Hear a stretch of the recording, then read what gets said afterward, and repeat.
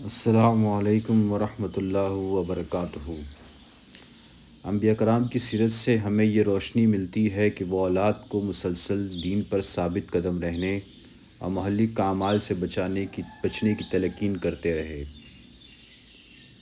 اس لیے والد کو مستقل مزاج اور بردبار ہونا چاہیے کہ اولاد کی تربیت ایک مسلسل عمل ہے۔ ایسا نہ ہو کہ ایک مرتبہ یا 2-3 مرتبہ اولاد کی کسی غلطی پر سرزنش کی اور جب دیکھا کہ وہ باز نہیں آتے تو دل چھوڑ بیٹھے۔ اس کا نتیجہ والدین کے حق میں اچھا نہیں ہوتا۔ یہ کام 1-2 روز یا چند سالوں کا نہیں بلکہ مسلسل اور پہم جدوجہد اور ذمہ داری ہے جو مستقل مزاجی کا تقاضا کرتی ہے۔ اس میں صبر و تحمل کا دامن ہاتھ سے نہیں چھوٹنا چاہیے۔ انبیاء کرام کی سیرت میں بھی ہمیں یہ چیز ملتی ہے کہ وہ تعدم واپسی اپنی اولاد کو واعظ و نصیحت کرتے رہے۔ اسی بات کے شواہد میں نبی کریم محمد صلی اللہ علیہ وسلم کا مرض الموت میں شدت درد کے باوجود امت کو آپ صلی اللہ علیہ وسلم کی قبر کو مسجد بنانے سے سختی سے منع فرمانا، موت کی ہچکی بندنے کے وقت نماز قائم کرنے کا حکم دینا اور غلاموں کے ساتھ حسن سلوک کی تاکید فرمانا اور قوت گویائی کے ختم ہونے کے بعد بھی ان دونوں باتوں کی تلقین جاری رکھنے کی کوشش فرمانا شامل ہے۔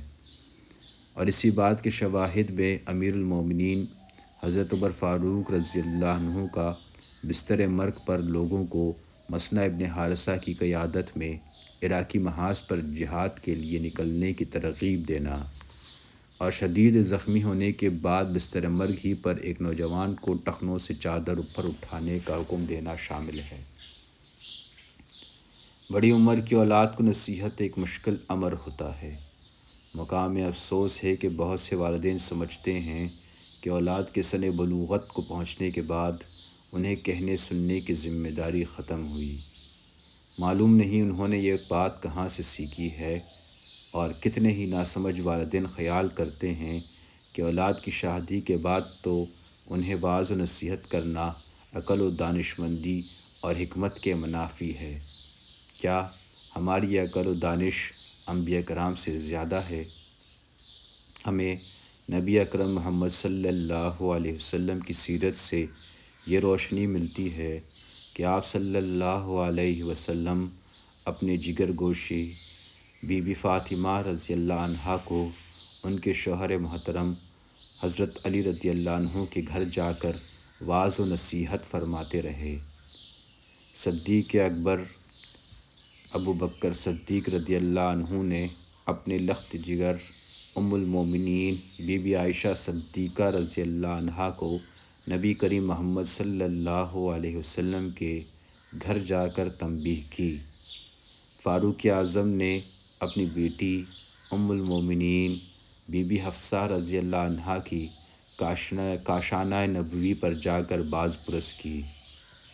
سیدنا ابراہیم صلی اللہ علیہ وسلم کی سیرت سے پتہ چلتا ہے کہ آپ سیدنا اسماعیل کی شادی کے بعد بہوؤں کو بھی نصیحت فرماتے رہے۔ والدین کے لیے ضروری ہے کہ وہ اپنی اولاد کی کردار سازی میں کسی طرح کی غفلت اور عدم توجہی اختیار نہ کریں، بلکہ پوری کوشش اور جد و جہد کے ساتھ دوسروں کے حقوق کی ادائیگی کا اہتمام کریں، جس کے لیے پہلا قدم یہ ہے کہ خود اچھے مسلمان بنیں، قرآن سیکھیں، سیرت کا مطالعہ کریں، بزرگان دین اور صالح لوگوں کے مضبوط کردار سے واقفیت حاصل کریں اور اس کی روشنی میں پسندیدہ شخصیت بنیں۔ نتیجتاً نیکیاں اختیار کریں اور برائیوں سے پرہیز کریں تاکہ خود دوزخ کی آگ سے محفوظ رہیں۔ دوسرے قدم کے طور پر اپنے بیوی بچوں کے حقوق سے آگہی حاصل کر کے انہیں اچھے اخلاق اور مضبوط کردار سے آراستہ کریں۔ اولاد کی تربیت اسلامی خطوط پر استوار کرنے کے لیے اور ماں باپ کی حقیقی فضیلت کا اہل بننے کے لیے اچھا ماں باپ بننا ضروری ہے۔ اس ضمن میں ہمہ وقت اپنے اخلاق و کردار پر تنقیدی نگاہ ڈالنا ناگزیر ہے۔ سبحان اللہ و بحمدہ سبحان اللہ العظیم۔ اللہم صلی علی محمد وعلی آل محمد کما صلیت علی ابراہیم وعلی آل ابراہیم انک حمید مجید۔ اللہم بارک علی محمد وعلى آل محمد كما باركت على إبراهيم وعلى آل إبراهيم إنك حميد مجيد۔